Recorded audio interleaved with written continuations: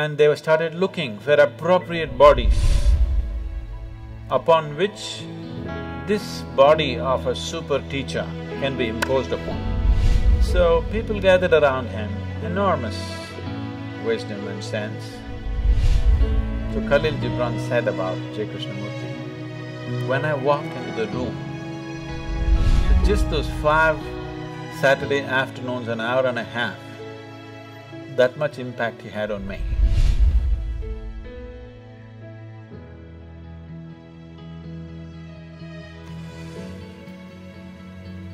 Jidu Krishnamuርቲ was born in a village called Madanapalli. I've been to his house where he was born and where he lived. A century-old house, a cute little house, nice place. It's kept like a monument for him today. At one time in early 20th century and late 19th century, Theosophy spread across the world in a big way. This was started by Madame Blavatsky, who had a great interest in occult and mysticism, and she spent late 19th century and early 20th century saw a lot of British and other European seekers of mysticism traveling to India and exploring and writing lots of books, many of them, you know. Max Muller, Paul Brunton and many others. Blavatsky was even before them. These are all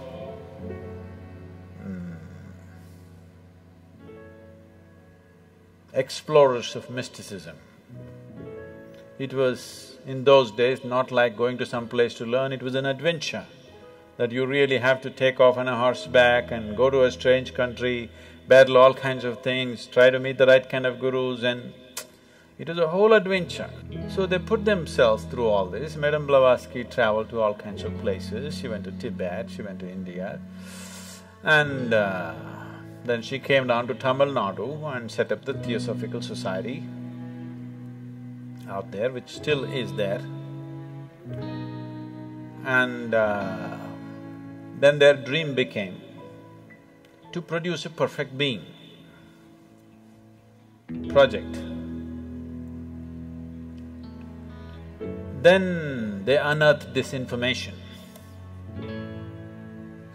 I don't know to what extent they went, but actually, in the yogic lore, in the tradition, there was a yogi by the name Sunira.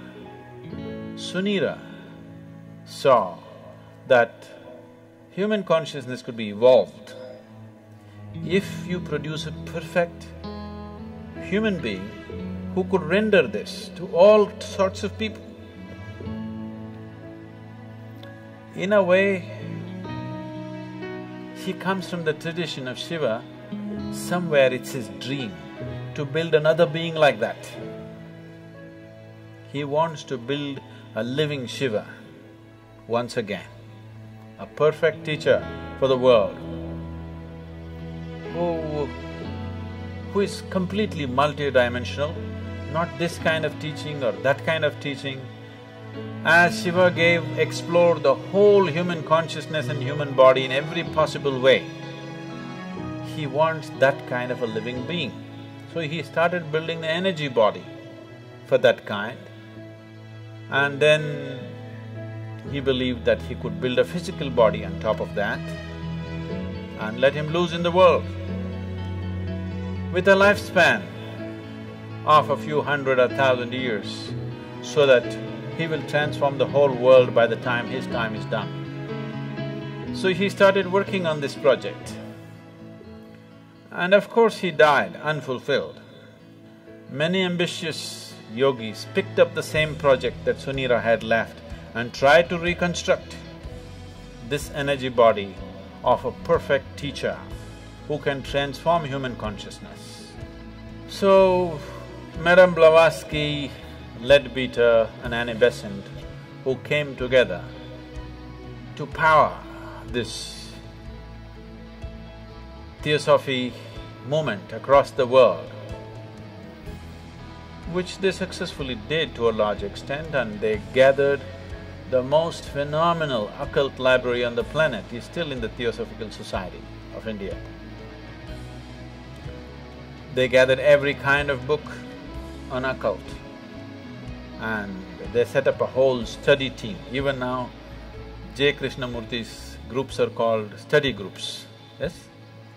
Study circles or study groups, say because these study groups were set up by Anibescent and Leadbeater. These are brilliant intellects, no question about that. But they have no inner experience, but they have gathered phenomenal amount of information. So somewhere they believe with this information and with their intelligence and intellect, they can recreate all this. And they started looking for appropriate bodies upon which this body of a super teacher can be imposed upon. Jidu Krishnamuurti, Rukmini Arundale, who else? One more, whatever. They started putting them through very severe training to prepare them physically, mentally. But they have no inner experience. They're reading books and trying to do this to these boys. And they put JK in all kinds of meditative processes, and he attained to a certain level of… he became a fantastic human being. He was something that nobody could decipher, but he was like a flower, his fragrance could not be missed. Then they decided, when JK was about 20 years of age, 27 or 28 years of age, this Theosophical Society decided to announce to the world that he is the world teacher. The perfect teacher has come. People gathered with great interest in this. JK came on the podium and he said, "I am not a world teacher." Poof! The whole Theosophical Society and their project, everything went down the tube. He had the courage and the sense and the wisdom to say, "I am not." Most idiots would have said, "Yes, I am the world teacher, I am the reincarnation of Buddha and Jesus and everything." Most idiots would have done that. He had the sense and the wisdom and the vision to say that I am not this nonsense that they're trying to make me out of. And JK came out of Theosophy and he started speaking. He's a brilliant speaker. So people gathered around him, enormous wisdom and sense. So when he spoke, people sat rapt. Quite magical, the way he speaks. You know, somebody was talking to me, when I was just 17, 18 years of age, someone was talking to me, JK study circles, it was fashionable. For all those people who think they're intellectual, you have to read JK, you have to listen to JK's audios, otherwise you're not intellectual enough. In the Indian intelligentsia, if you have not read JK, Kierkegaard and Dostoevsky, you have no brain actually. That's how it's treated. So it's like fashion. For everybody, they should have read this, whether they get it or they don't get it. You read Dostoevsky, you read Kierkegaard, you read J. Krishnamurti, means you got some brain working. That's a gauge. So, people were talking, JK, he's something every Saturday afternoon, they have a study circle where they play some audio tapes and his books are there and things. Some of my friends invited me and I went. So they were playing a short video. The man was sitting like this is the first time I'm seeing him, the first time I'm listening to him. He was still alive at that time. Just the integrity of the person is spilling all over him. Just the sheer integrity of the man cannot be missed. So, I didn't do much reading, I heard a few audios and watched a few videos. I enjoyed him, but I was too wild to listen to anybody. I had no time for anything. Life was calling me all the time. So I had no time to listen to my parents or my teachers or JK or IJ or XYZ, you know. I had no time for anything, so I left the study circle and went on. Maybe I attended this for about 5 weeks, I remember very well. It was about 5 weekends I went there, every Saturday afternoon, just for about an hour and a half. They would play 1 half-an-hour video or audio, and then they'll all get into discussion and one big confusion. Because nobody around him understood what he's talking about. Because he refuses to use any method, he refuses to use any example, he refuses to use any parable, any story, any joke or anything. This is just intellectual dissection. This is called as Gnana Marga. This is pure Gnana Marga. Gnana means the way of the intellect.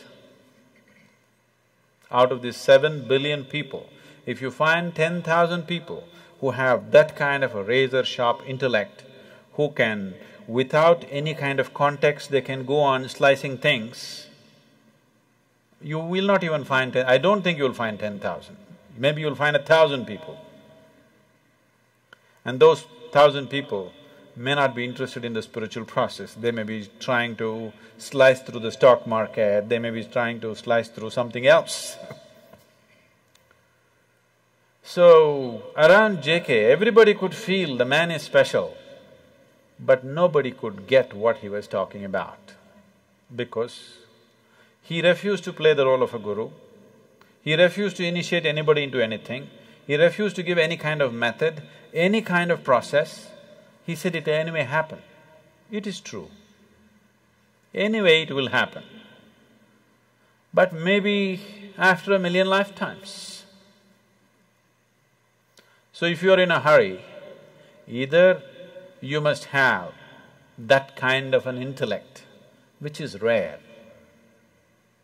or you must be willing to use the other faculties that you have of body, energy, emotion, all these things. He went driving on one wheel of his car. He is good at it, but nobody else could get to do it. Fantastic human being. When he was there was a fragrance, when he's gone, only books, because there's no living process. So Khalil Gibran said about J. Krishnamurti, when I walked into the room, JK was sitting and Khalil Gibran went to meet him. He said, when I walked into the room, I walked into a wall of love.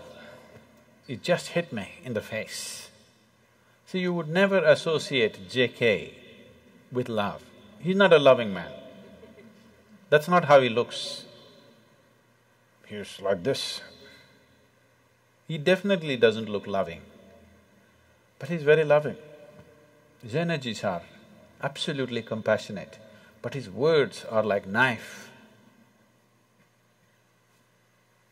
So, people felt something, but they couldn't figure what it is. They couldn't get a hold on it because he wouldn't give a hold. He said, if you hold it, you may get stuck with this, so don't hold.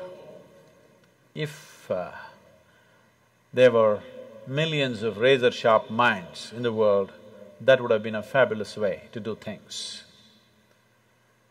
But in today's world, in the existing way the humanity is, the way people's intellects are entangled in 1,000,000 things, that method is just not going to get anybody anywhere. It's a beautiful process, but there must be people who can digest it, isn't it? So, J. Krishnamurti was like a flower. His fragrance was felt when he was alive, and that's all. His words are good. If you want to kind of use it as an intellectual exercise to drop a few things, they could be useful, brilliant. His intellectual brilliance just comes out every moment of his life.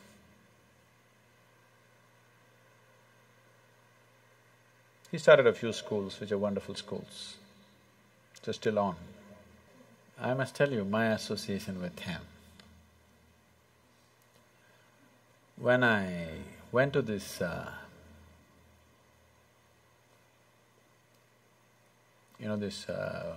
weekends for 5 Saturdays, Saturday afternoons, an hour and a half, that's my exposure to him.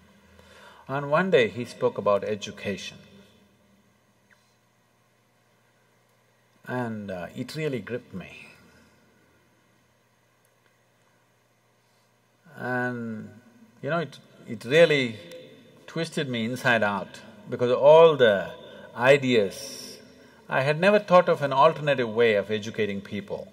I was only thinking of how to dismantle all the education system in my mind. When he spoke about education, suddenly it struck me, there was another way to do this. So just this thought came to my mind. I was just maybe 17, 18, and I was living wild and I have dreams of running away somewhere. So I just thought, if at any time if a child comes under my control, I would like to put the child to this kind of education. So it just so happened, when my daughter had to go to school, when she got admission in some of the best schools in Ooty, but then it just flashed me in my mind that, okay, there's a JK school, why don't I send her there? And she went to that school and she spent 8 years studying there. So just those 5 Saturday afternoons, an hour and a half, that much impact he had on me, that I handed over my daughter to his care in one way or the other.